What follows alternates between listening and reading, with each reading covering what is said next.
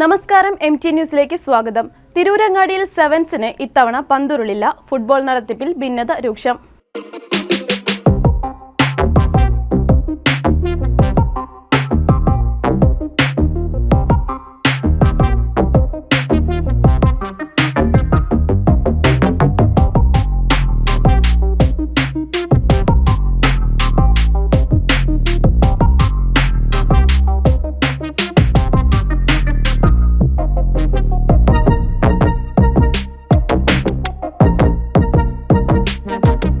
Tirurangadi government higher secondary school ഗ്രൗണ്ടിൽ നേരത്തെ school PTA SMC കമ്മിറ്റിയുടെ ആഭിമുഖ്യത്തിൽ ഫുട്ബോൾ നടത്തുന്നതിന് അനുവാദം നൽകിയിരുന്നു. വിദ്യാർത്ഥി ബാഹുല്യം കൊണ്ട് ക്ലാസുകൾ നടത്തുന്നതിന് സ്ഥലമില്ലാതെ പ്രയാസപ്പെടുന്ന ജില്ലയിലെ പ്രധാനപ്പെട്ട വിദ്യാലയമാണിത്. PTA-യുടെയും SMC-യുടെയും കീഴിൽ ഫുട്ബോൾ നടത്തുന്നതിലൂടെ ഫണ്ട് സമാഹരിക്കാനും ഇതുവഴി ബിൽഡിംഗ് സൗകര്യം മെച്ചപ്പെടുത്തുന്നതിനുമായാണ് സ്കൂൾ PTA ലക്ഷ്യമിട്ടിരുന്നത്.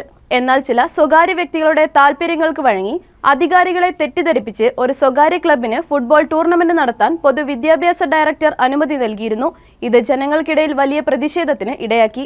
പരിസരവാസികൾ, വിദ്യാഭ്യാസ മന്ത്രി, പോലീസ് മേധാവി, ജില്ലാ കളക്ടർ, വിവിധ വകുപ്പ് മേധാവികൾ തുടങ്ങിയവർക്ക് നൽകിയ പരാതിയെ തുടർന്നാണ് നടപടിയുണ്ടായത്. നാടുകാണി പരപ്പനങ്ങാടി സംസ്ഥാന പാതയോട് ചേർന്ന് ജനത്തിരക്കേറിയ തിരൂരങ്ങാടി ടൗണിനോട് ചേർന്നാണ് സ്കൂൾ ഗ്രൗണ്ട് നിലനിൽക്കുന്നത്.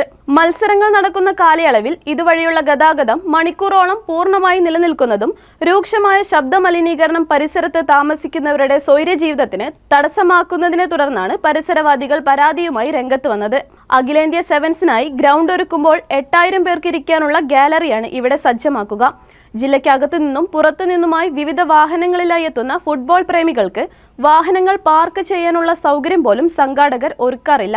ഇത് കളി കാണാൻ എത്തുന്നവരുടെ വാഹനങ്ങൾ സംസ്ഥാന പാതയ്ക്കരികിലും ടൗണിനോട് ചേർന്നുള്ള മറ്റു റോഡുകളിലും വീടുകളുടെയും സ്വകാര്യ സ്ഥാപനങ്ങളുടെയും മുന്നിലും നിർത്തിയിടുന്നത് വ്യാപകമായ ഗതാഗത തടസ്സത്തിനും കാരണമായിരുന്നു. ജനുവരി 9 മലപ്പുറം DDO ഓഫീസിന് മുമ്പിൽ തിരൂരങ്ങാടി പൗരസമിതിയുടെ നേതൃത്വത്തിൽ പ്രതിഷേധ ധർണ നടത്താൻ തീരുമാനിച്ചിരുന്നു.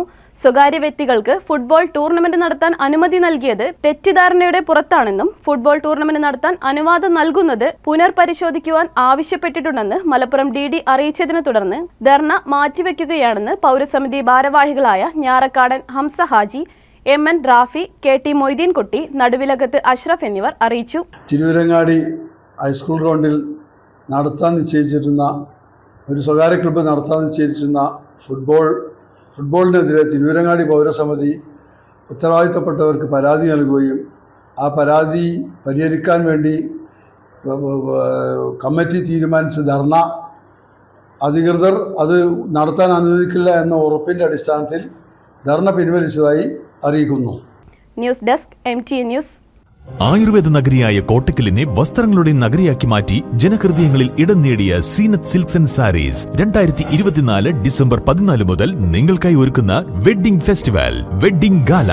കാഞ്ചീപുരത്തെ സ്വന്തം നെയ്ത്തുശാലകളിൽ നിന്നും നെയ്തെടുത്ത വൈവിധ്യമാർന്ന വിവാഹ സാരികൾ, ഇന്ത്യയിലെ വിവിധ സംസ്കാരങ്ങൾ കോർത്തിണക്കിയ ലെഹങ്ക, സാരികൾ, ചോളി, ചുരിദാർ, കുർത്തികൾ, ഒപ്പം ഇമ്പോർട്ടഡ് വെഡ്ഡിംഗ് പർദ്ദകൾ, ഗൗണുകൾ, കൂടാതെ വൈവിധ്യമാർന്ന ജെൻസ് കളക്ഷൻസ്, വിവാഹ വസ്ത്രങ്ങളുടെ അതിവിപുലമായ ശേഖരത്തോടൊപ്പം ഒരു ഇന്റർനാഷണൽ ഷോപ്പിംഗ് വിസ്മയം ഒരുക്കി നിങ്ങളെ സ്വാഗതം ചെയ്യുന്നു.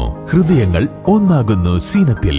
Zeenath silks and sarees, metro plaza, Kottakkal.